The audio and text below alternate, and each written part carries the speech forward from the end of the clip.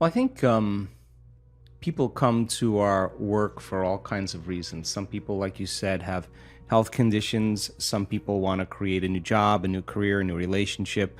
Some people are craving a mystical experience. Some people just want to understand life from a different perspective. And I think science has become the contemporary language of mysticism. I think it's science that demystifies the mystical. And if you can combine a little quantum physics with a little neuroscience, with neuroendocrinology, with psychoneuroimmunology, the mind-body connection, epigenetics, all of those sciences point the finger at possibility.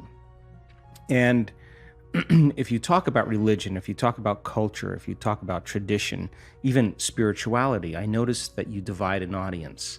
But science, in a sense, creates community. So people come for all kinds of reasons. And what I've learned in the last year or so is that what people really want is wholeness. Because when we want something, we're in separation or in lack, right?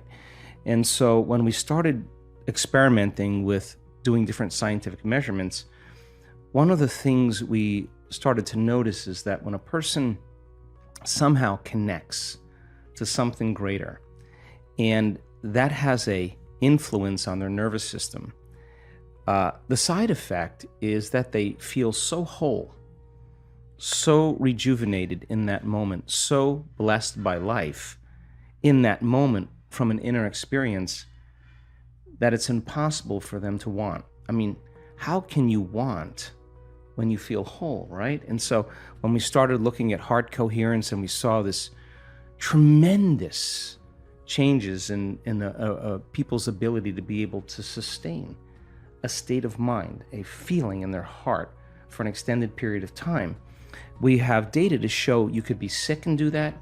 You could be a vegetarian and do that. You could be a carnivore and do that. You could be rich, you could be poor. And it doesn't, if you're skinny, overweight, doesn't matter.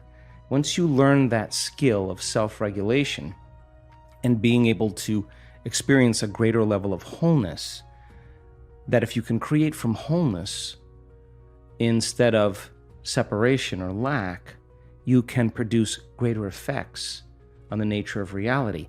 So we came from singularity, and when you're oneness or when you're source, there's no separation between cause and effect. Your thoughts create experiences when you're in oneness. We journeyed down the density, and now we're really separate from source. And so what happens between cause and effect is called time. So we're here now to prove to ourselves that the divine lives in us. So why not practice shortening time or the interval between cause, the thought, and the effect, the experience? And when you start seeing something appear in your life as a result of you at cause, you start getting more kind, more caring, more loving, more conscious, more present, because you feel more whole. And so people in our work come for a lot of reasons, and yes, they have challenges and health conditions. But instead of wanting to heal, I want them to learn the formula on how to heal. I want them to learn the formula on how to create reality. I want them to learn the formula that there is a door to other dimensions that they can create independent of any exogenous substance and release latent systems in the brain that causes them to realize they're not a linear being living a linear life. They're a dimensional being living a dimensional life, and it only takes one of those experiences where you have an alteration in your identity that you can't go back to being the same person again. Now, the game changes now, because I've seen this so many times when that person runs into the divine, and there's an arousal that takes place in their nervous system. And I'm not talking about a little energy. I'm talking about energy that's so outside of normal. But the arousal isn't coming from fear, which normally creates arousal. It's not coming from aggression, which normally creates arousal. It's not coming from pain.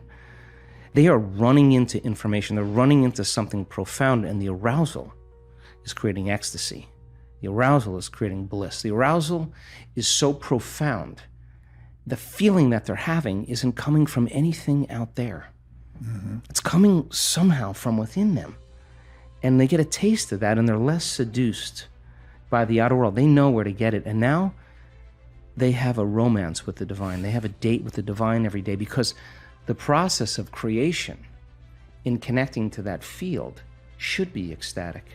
The process of healing another person should be bliss, because you need to connect to that field and create from the field instead of from matter. So there's so much cool research that changes our mind about that, because it's not matter that's emitting a field.